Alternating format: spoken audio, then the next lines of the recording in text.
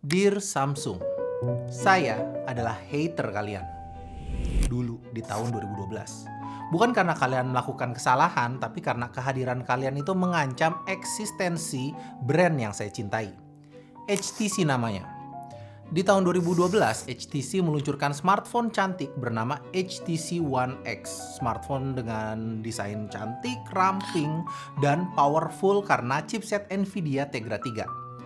Dibandingkan sama Samsung Galaxy S3 yang kalian luncurkan di tahun yang sama, menurut saya, HTC One X itu lebih baik dari sisi manapun. Walau ternyata, kenyataan pasar berkata lain. Di tahun yang sama, ternyata adalah awal keterpurukan HTC, yang awalnya memiliki market share global sebesar 10% di 2011, HTC itu terus melakukan kesalahan sampai akhirnya mencapai 0,05% di 2019. Bisa dikatakan brand yang saya cintai sudah mati pada saat itu.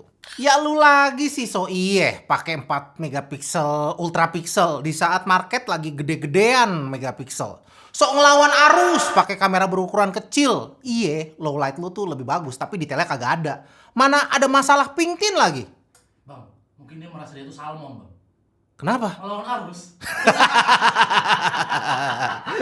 Duh. Ini kayaknya kita melenceng dah. Maaf. Serius, maaf. Setelah kematian brand HTC, sobat HTC pun berubah menjadi sobat HP. Dan saya pun berganti-ganti HP. Mulai dari OnePlus One, Xiaomi Mi 4i, OnePlus 3, Xiaomi Redmi Note 4, Redmi Note 5, sampai pada akhirnya saya menggunakan Samsung Galaxy S9. Itu adalah smartphone Samsung pertama yang saya gunakan secara daily untuk beberapa bulan. Saya suka ukurannya yang compact, kamera yang bagus, dan user interface yang nyaman untuk digunakan. Setelahnya, saya sudah tidak asing lagi sama produk Samsung. Samsung S10i, S20 Ultra. Oh, yang S20 Ultra itu saya nggak begitu suka sih. Tapi di S21 Ultra, rasa itu tuh mulai tumbuh. Saya mulai mengerti arti dari user experience. Smartphone bagus itu tuh bukan hanya smartphone yang ngasih spesifikasi tertinggi di harga terbaik, tapi juga smartphone yang mampu mengkombinasikan spesifikasi yang dibawa untuk menjawab kebutuhan pengguna. Kameranya reliable, baterainya 5000 mAh yang pada masanya itu tuh cukup besar. One UI-nya paling nyaman, it just a complete package. Yang kemudian ditambah lagi fitur S Pen di generasi selanjutnya. Rasa suka itu berubah menjadi cinta di tahun 2022. Samsung S22 Ultra adalah smartphone pertama yang saya gunakan untuk membuat konten. Di tahun tersebut, saya tidak lagi membuat konten menggunakan kamera mirrorless. Saya rekam dan edit full di smartphone tersebut. Alasannya banyak, kamera depan sudah autofocus, ada S Pen jadi ngeditnya itu lebih presisi, hasil kamera juga yang terbaik di Android. Dan yang paling penting, dia itu reliable, nggak banyak bug, no iklan, it just perfect.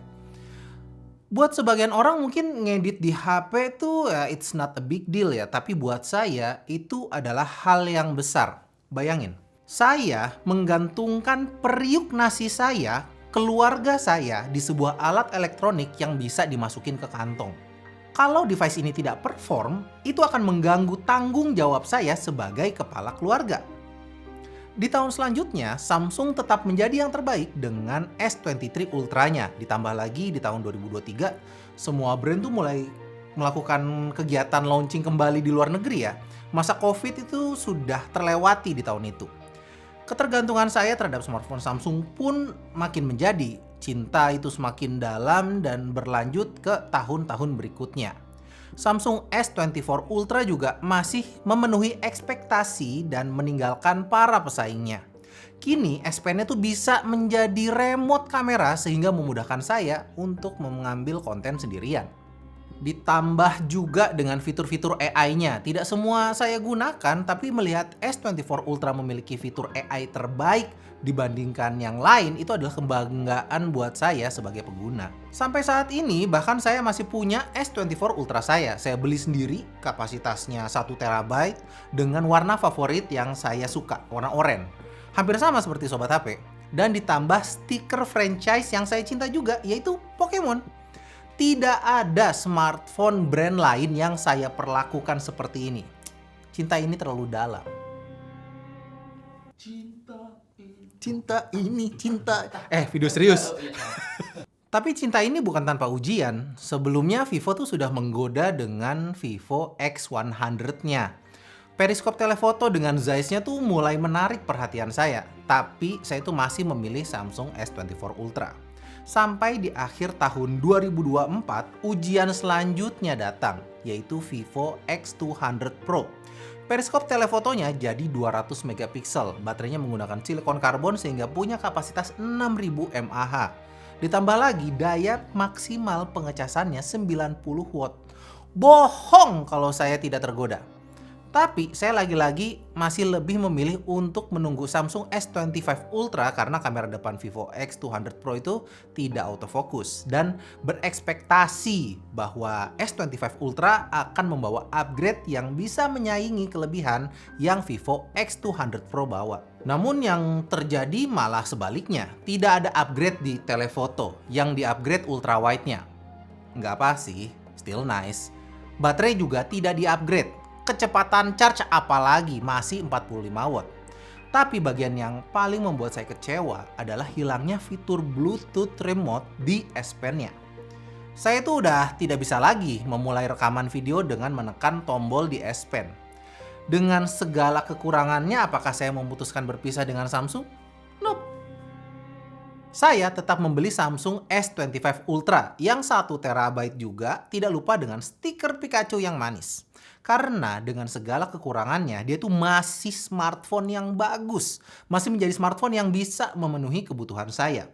Saya masih menggunakannya untuk liputan saya keliling dunia ya. Smartphone ini tuh sangat-sangat reliable. Tentu tidak sempurna. Di setiap saya menggunakan telefotonya, saya tuh teringat detailnya 200 megapiksel Zeiss Telefoto X200 Pro. Di setiap baterainya tinggal sedikit karena saya gunakan untuk merekam video 4K 60 fps, saya tuh selalu membayangkan jikalau dia menggunakan silikon karbon 6000 mAh. Tapi saya selalu bilang ke diri saya, smartphone ini tuh cukup, kamera depannya autofocus. Dan yang kamu butuh tuh ya kamera depannya autofocus. Di tahun ini Vivo X300 Pro datang dengan kamera depan autofocus. Bahkan gak cuman Vivo X300 Pro yang menarik perhatian saya. Oppo Find X9 Pro juga bawa kelebihan yang sama. Kamera telefoto 200 megapiksel, baterai silikon karbon berkapasitas besar, bahkan Oppo Find X9 Pro sampai 7500 mAh, 50% lebih tinggi kapasitasnya dibandingkan Samsung S25 Ultra. User experience yang sebelumnya jadi kelebihan Samsung juga ditantang sama Origin OS Vivo yang baru dan Color OS-nya Oppo. Inilah yang membuat saya bikin video ini. Dear Samsung, kepada Samsung yang tersayang, tujuan saya membuat video ini bukan untuk menjelekan produk Samsung. Kata orang, hal yang terpenting dari cinta itu adalah komunikasi, dan ini adalah cara saya berkomunikasi denganmu. Saya berharap S26 Ultra tuh bisa bawa upgrade yang bisa bersaing dengan Vivo X300 Pro dan Oppo Find X9 Pro. Karena sejauh ini leaks-nya tuh tidak membuat saya excited. Percayalah, saya tuh pernah merasakan kehilangan cinta. HTC dahulu melakukan kesalahan di HTC One M7, kamera ultra pixel 4 megapiksel tuh menjadi titik lemah walau dia tuh datang dengan desain paling ganteng dan boom sound yang menggelegar. Sikap keras kepala ini dilanjutkan ke HTC One M8. Kita bahkan punya ini di kantor. Desainnya makin ganteng ya menurut saya. Boom sound juga masih ada tapi masih bawa kamera 4 megapiksel ultra pixel. Yang kemudian versi selanjutnya going downhill aja. Saat ini, sayangnya, saya melihat sifat keras kepala yang sama. Baterai yang masih belum mau menggunakan silikon karbon, kamera telefoto yang tidak juga 200 megapiksel, padahal sensornya yang bikin Samsung. Saya ngerti sih beda divisi dan Samsung adalah perusahaan besar, jadi ngejual komponennya tuh ke banyak brand ya. Tapi at least pakai duluan lah, sensor bagus loh itu. Satu perusahaan kan? So, saya berharap situasi ini tuh berubah di S26 Ultra. Karena saya nggak tahu ya kalau situasi ini nggak berubah, apakah saya akan tetap pakai Samsung apa enggak. Mau ganti HP mah ganti HP aja bang, kagak ada yang peduli lu pakai HP apa. Bener sih, mungkin memang nggak akan ada yang peduli ya. Tapi kalau kalian punya brand yang kalian suka banget dan pengen brand itu tetap bagus, mungkin kalian akan ngerti. Saya tuh pernah kehilangan HTC dan itu tuh sakit banget rasanya. Apalagi kalau ngeliat mereka sekarang bikin HP kayak apa. Ya terakhir mereka masih bikin HP, tapi saya nggak tahu itu dijualnya di mana. Mana kayak HP Cina murahan lagi. Saya nggak mau hal ini tuh terjadi sama Samsung. Jadi tolong lihat video ini tuh sebagai surat cinta saya sama Samsung. Karena saya nggak pernah melakukan video seperti ini ke brand manapun. Mau lihat?